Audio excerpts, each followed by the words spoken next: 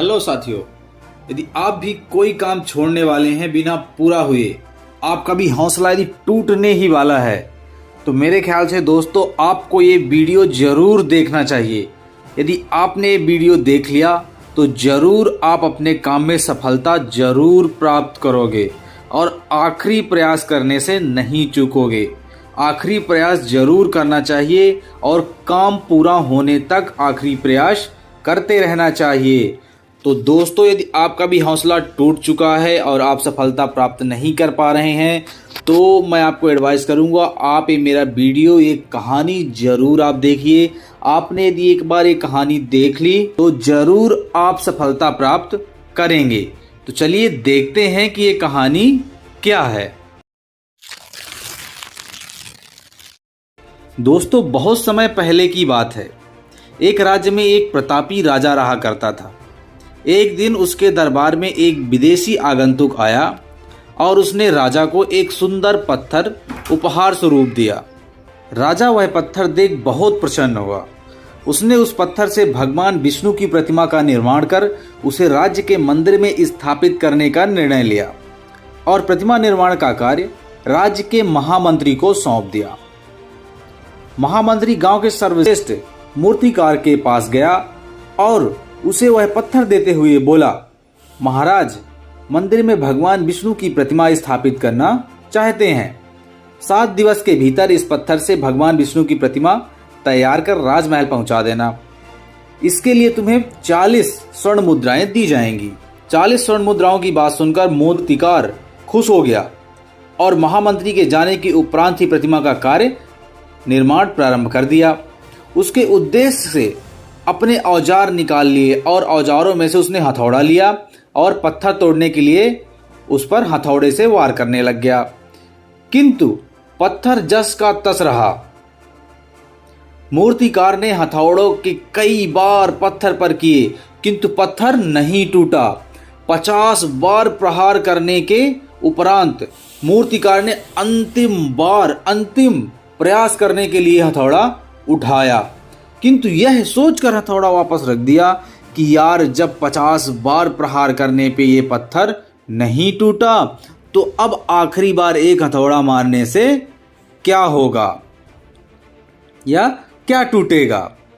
वह पत्थर लेकर वह वापस महामंत्री के पास चला गया और उसे वह पत्थर वापस कराया और कहा, इससे मूर्ति बनाना असंभव है क्योंकि यह पत्थर टूट नहीं रहा है। महामंत्री को राजा का आदेश हर स्थिति में पूर्ण करना था, इसीलिए उसने भगवान विष्णु की प्रतिमा निर्मित करने का कार्य गांव के एक साधारण मूर्तिकार को सौंप दिया। पत्थर लेकर मूर्तिकार ने महामंत्री के सामने ही उस पे एक हथौड़े से प्रहार किया और वह पत्थर टूट गया। पत्थर टूटने के बाद मूर्तिकार प्रतिमा बनाने के कार्य में जुट गया। इधर महामंत्री सोचने लग गए कि काश पहले मूर्तिकार ने एक अंतिम प्रयास और किया होता तो सफल हो गया होता और 40 स्वर्ण मुद्राओं का हकदार बनता। तो दोस्तों, इस कहानी से हमें ये सीखने के लिए मिलता है कि हम अपने जीवन में ऐसी परिस्थितियों से कई बार दो चार होते रहते हैं।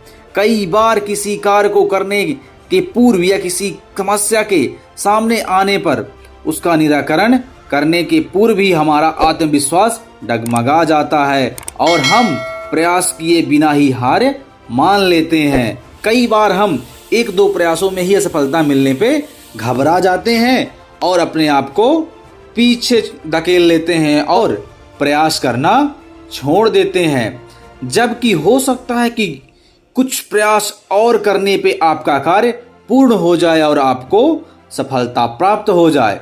यदि जीवन में सफलता प्राप्त करना है दोस्तों, तो हमें कई बार असफल होने के बाद भी प्रयास करते रहना होगा। हमें प्रयास करना नहीं छोड़ना होगा और हमें तब तक प्रयास करते रहना होगा जब तक कि सफलता नहीं मिल जाती। क्या पता कि जिस प्रयास को करने के पूर्व ही आप छोड़ रहे हो वही आपका आखिरी प्रयास हो और उसी में आपको कामयाबी मिल जाए, उसी में आपको सफलता प्राप्त हो जाए।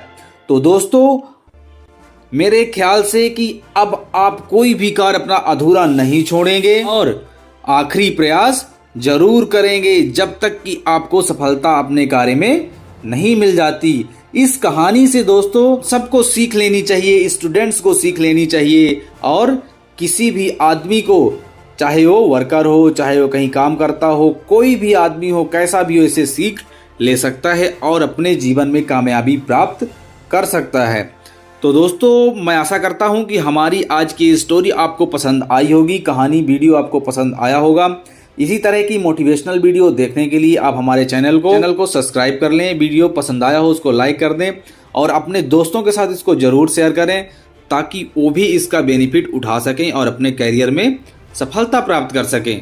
हमारे साथ अभी तक बने रहने के लिए आपका बहुत बहुत धन्यवाद। Thank you.